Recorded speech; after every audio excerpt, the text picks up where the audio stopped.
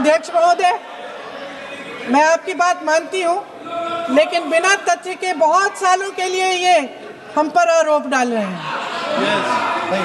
हम चुपचाप सुनते हैं, इनको भी थोड़ी सी संतुलन होनी चाहिए, सुनने की थोड़ी सी हिम्मत होनी चाहिए। ये राजनीति है, हम बोलेंगे, आप वंदे मातरम बोलें। वंदे मातरम सर। महोदय, आज की ये बहस सिर्फ ध्यान भटकाने के लिए की जा रही है, क्योंकि ये सरकार इस देश के वर्तमान की असलियत छिपाना चाहती है।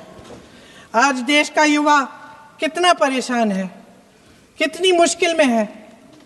पेपर लीक होते रहते हैं, बेरोजगारी है, महंगाई इतनी बढ़ चुकी है। इसकी चर्चा हम सदन में क्यों नहीं कर रहे हैं? आरक्षण के साथ जो हो रहा खिलवाड़ है, उसकी चर्चा हम यहाँ क्यों नहीं कर रहे हैं? महिलाओं की बात होगी, बड़े बड़े ऐलान होंगे, मगर उनकी परिस्थितियों को सुधारने के लिए कोई ठोस कदम यहाँ क्यों नहीं उठाया जा रहा है? इन्हीं दरवाजों के बाहर खड़े होकर पत्रकार तरह आपने कहा कि आरोप मत लगाइए बगैर तथ्य के, तो मैं बोलूं कि नहीं बोलूं? नहीं, बिल्कुल नहीं। नो, आप उधर की बात मत बोलो। आप जल्दी से सदन में जो कुछ भी बोले वो तथ्यों से बोले। आपको हर चीज ऑथेंटिक करनी पड़ेगी, इसलिए आप तथ्यों से बोले। अच्छा सर, बड़े बड़े शहरों में प्रदूषण है, लेकिन हम इस सदन में बैठकर सिर्फ छोटी छोटी बातें करेंगे। जी, जो अतीत की बातें हैं ना, जो बार बार आप चाहते हैं कि हम पीछे देखें, लेकिन हम आगे भविष्य की बात, वर्तमान की बात, जो असली समस्याएं हैं उनकी बात न करें, ये छोटी बात होती है। आप में हिम्मत है तो भविष्य की बात करिए, हिम्मत है तो बात करिए कि बेरोजगारी क्यों है, कि पेपर लीक क्यों होते हैं। आप चेयर को एड्रेस करें। आपको अच्छा, खत्म कर लेती हूँ, चेयर के एड्रेस करो आप। अध्यक्ष महोदय जी, सच्चाई ये है कि इनका शासन दमन का शासन है। इनकी राजनीति दिखावे की राजनीति है, इवेंट मैनेजमेंट की राजनीति है, चुनाव से चुनाव तक राजनीति है, तरह तरह के ध्यान भटकाने वाले मुद्दों की राजनीति है।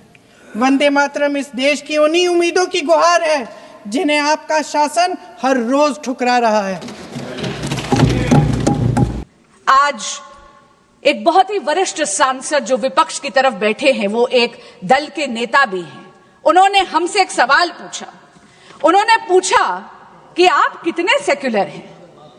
मैं पूछना चाहती हूं विपक्ष से, खास करके उस नेता से और कांग्रेस पार्टी से, कि धर्मनिरपेक्षता की आड़ में सांप्रदायिक ताकतों के आगे घुटने टेके कांग्रेस पार्टी ने, जिसने 1937 में त्रिदेवी यानी हमारी शक्ति की आवाहन वाले सभी छंदों को बेरहमी से वंदे मातरम से काट दिया, और आप हमसे पूछते हैं कि हम कितने सेक्युलर हैं। महोदया, जब ऐसे तुष्टीकरण की राजनीति के पटल पर वंदे मातरम की बलि चढ़ा दी, इसीलिए स्वर्गीय श्रीमती सुषमा स्वराज को 1996 में इसी सदन के पटल पर यह बोलना पड़ा, हां हम सांप्रदायिक हैं क्योंकि हम वंदे मातरम गाने की वकालत करते हैं, क्योंकि हम राष्ट्र ध्वज के सम्मान के लिए लड़ते हैं। महोदया, ये मोदी का नया भारत है। ये भारत वंदे मातरम के मूल मंत्र को आत्मसात ही नहीं करता, बल्कि ग्राउंड पर उसको चरितार्थ भी करता है। ये मोदी का नया भारत है, जहां पर बिन मांगे मैटरनिटी लीव को 12 से 26 हफ्ते बढ़ा दिया जाता है। ये है वंदे मातरम। ये मोदी का नया भारत है जो नारी शक्ति वंदन अधिनियम पारित कर कर महिलाओं के राजनीतिक सशक्तिकरण के लिए पथ प्रशस्त करता है। ये है वंदे मातरम। यह मोदी का नया भारत है जो आयुष्मान भारत में विश्व की सबसे बड़ी हेल्थ इंश्योरेंस ही नहीं, हेल्थ अश्योरेंस स्कीम देती है। 5 लाख रुपए का मुफ्त इलाज देती है। वह वंदन कार्ड से हमारे वरिष्ठ नागरिकों का भी ख्याल रखती है। यह है वंदे मातरम। ये मोदी का नया भारत है जो न्यूक्लियर एनर्जी और भारत की स्पेस को एकाधिकार यानी सरकारी एकाधिकार से निकालकर भारतीय की युवा शक्ति उसमें अपना योगदान दे पाए, इसके लिए उसको खोलती है। ये है वंदे मातरम। ये वंदे मातरम की पराकाष्ठा है कि मोदी के नए भारत में भारत की अर्थव्यवस्था 11वें नंबर से वैश्विक पटल पर 4थे नंबर पर आज आ गई। ये मोदी का नया भारत है जहां पर वंदे मातरम चरितार्थ होता है मेरे देश के युवा के लिए, जहां पर भारत की स्टार्टअप इकोनॉमी वैश्विक पटल पर 3rd लार्जेस्ट इकोसिस्टम बन जाता है। लेकिन आज मेरा मन बहुत व्यथित है। मेरा मन बहुत व्यथित है क्योंकि एक बहुत ही माननीय सांसदा ने यह कहा कि वंदे मातरम की बहस हो रही है। महोदय, शायद मेरी तरह वो भी पहली बार की एमपी है। हम दोनों ने इस सदन में मात्र 12 महीने ही गुजारे हैं। आपके माध्यम से मैं उनको कहना चाहूंगी कि ये चर्चा है जो सकारात्मक होती है, ये बहस नहीं है। माननीय सांसदा ने कहा कि आप अतीत में क्यों मंडरा रहे हैं।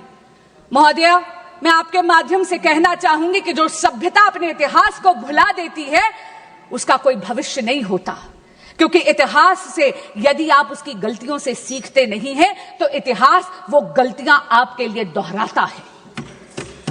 आज उन्होंने कहा कि ये चर्चा एक चुनावी अमले में है क्योंकि उन्होंने बंगाल के चुनाव की बात करी। मैं आपके माध्यम से उनको कहना चाहूंगी कि बंगाल वंदे मातरम की जन्मभूमि है। बंगाल वो पावन धरती है जिसने आजादी का ये मूल मंत्र दिया, ये जय घोष दिया, जिसने स्वदेशी का ये उद्घोष दिया। लेकिन आज बहुत गंभीर और चिंताजनक स्थिति में है मेरा बंगाल। क्यों? क्योंकि वहां की रूलिंग डिस्पेंसेशन वंदे मातरम की आत्मा का गला घोट रही है। आज राजनीतिक स्वार्थ के कारण राजनीतिक हिंसा बहुत ही गहराई से वहां पर जड़ें पकड़ रही है। पर आपके माध्यम से महोदया इस सदन को और इस देश को मैं आश्वस्त करना चाहती हूं, भगवा श्री राम का रंग है, भगवा क्रांति का रंग है। और मैं बंगाल की जनता को कहूंगी कि बहुत जल्दी वो इस अराजकता से मुक्त होंगे, क्योंकि हो गई है जीत की तैयारी, आ रहे हैं भगवाधारी। महोदया, बिहार तो केवल झांकी है, पश्चिम बंगाल बाकी है। मैं अंत में अपनी वाणी को विराम देने से पहले आदरणीय प्रधानमंत्री श्री नरेंद्र मोदी जी का धन्यवाद भी करती हूं और अभिनंदन भी करती हूं कि उन्होंने वंदे मातरम की 150 साल की वर्षगांठ का 1 वर्ष का स्मरणोत्सव जो बनाया है, इससे उन्होंने भारत के युवा को पुनः अपनी धरोहर से जोड़ दिया है। महोदया, वंदे मातरम सतत है, शाश्वत है, समृद्ध भारत की प्रेरणा है, विकसित भारत की आधारशिला है। वंदे मातरम। बहुत बहुत धन्यवाद।